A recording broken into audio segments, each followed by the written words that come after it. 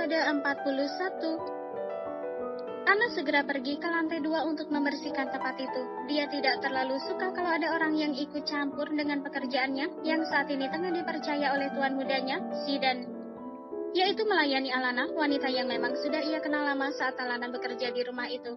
Tapi Anna tahu kalau tuan mudanya itu sedari dulu memang begitu peduli terhadap Alana, dan dia sama sekali tidak ingin ikut campur dengan urusan sang majikan.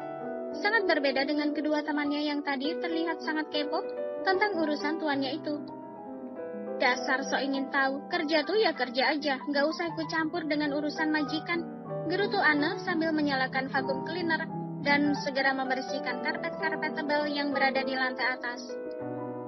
Sedangkan di lantai bawah, kedua wanita yang tadi masih saja terus bergosip, kedua wanita yang usianya sekitar 30-an itu hanya memandang punggung Anna yang sudah hilang di lantai atas dengan sinis. Apalagi wanita yang berkulit gelap tersebut terus saja melontarkan cibiran pada Anna.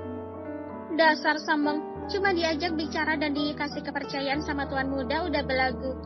Ketus pelayan baru yang bernama Ella. Kamu tahu El, wanita yang tadi kita bicarakan, namanya itu Alana. Dia dulu pernah menjadi pelayan di rumah ini, ucap Mila. Apa? Tidak mungkin. Wanita yang bernama Ella itu sangat terkejut mendengar cerita tersebut. Masa sih mantan pelayan diistimewakan? Terserah kamu percaya atau tidak. Tapi memang itulah kenyataannya, jawab Mila nyinyir. Benarkah Mil? Kok pelayan bisa menjadi tamu tuan muda dan sepertinya sangat dispesialkan?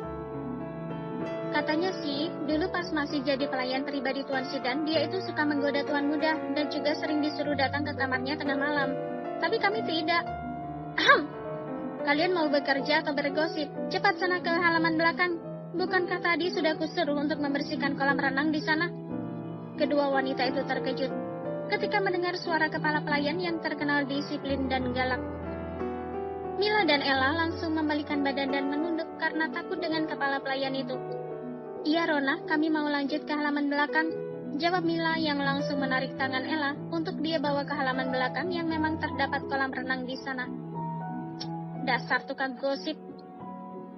Sedangkan di dalam kamar tamu depan, Alana membuka kedua matanya setelah beristirahat cukup lama. Alana merasa tubuhnya begitu lelah akibat ulah Zidan. Udah 3 jam aku tidur, seru Alana melihat jam di ponselnya. Dia juga melihat 2 pesan dari Zidan dan langsung dia baca. Zidan, nanti aku pulang agak malam, kamu harus banyak-banyak istirahat dan jangan lupa makan siang. I love you Alana. Alana langsung membalas pesan dari Zidan sambil tertawa kecil.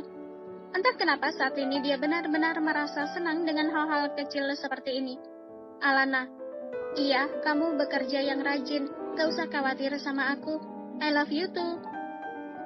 Alana kemudian langsung melesat ke kamar mandi setelah membalas pesan dari Zidan. Entah kenapa rasanya ada sebuah rasa melegakan yang luar biasa. Mungkin karena dia juga sudah dapat mengingat semuanya dengan sangat baik.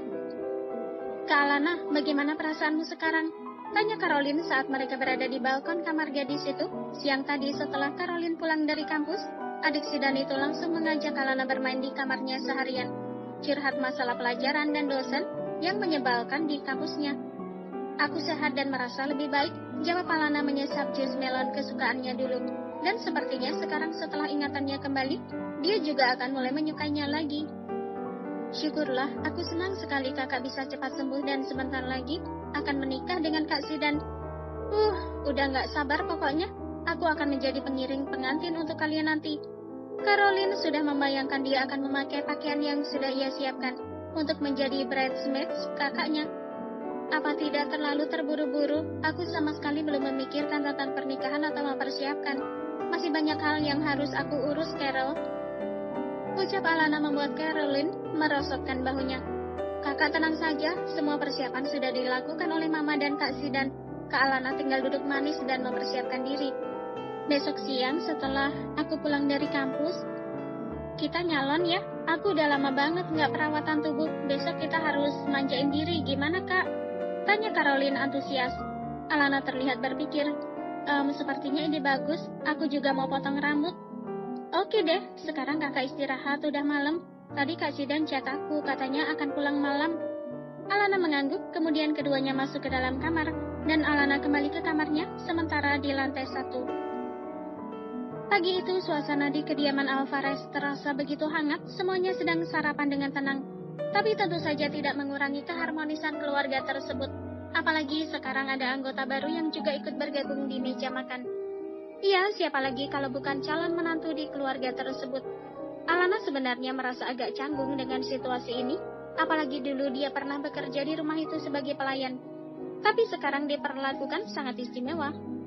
Melihat tatapan teman-temannya yang dulu pernah bekerja bersama di kediaman itu dalam beberapa bulan, ada yang melihat dengan heran, tatapan iri, ataupun tatapan biasa saja karena mereka sudah tahu kalau sebenarnya Alana adalah orang kaya. Wanita cantik itu hanya bisa tersenyum kikuk saat ada yang terang-terangan menatapnya dengan tatapan marah dan emosi. Ya, siapa juga yang tidak iri dengan status Alana yang saat ini menjadi istimewa di keluarga Alvarez. Aku sudah memesan cincin pernikahan untuk kita, karena memang aku ingin langsung menikah. Nanti kita akan pergi ke tempat sahabatku itu untuk mencobanya, ujar Zidan menatap Alana yang berada di sampingnya. Cincin pernikahan? Memangnya kapan kamu pesan? Kok udah langsung jadi? Sebelum kamu sakit, sayang. Kan aku udah bilang kalau aku akan segera menikahi kamu. Bersambung.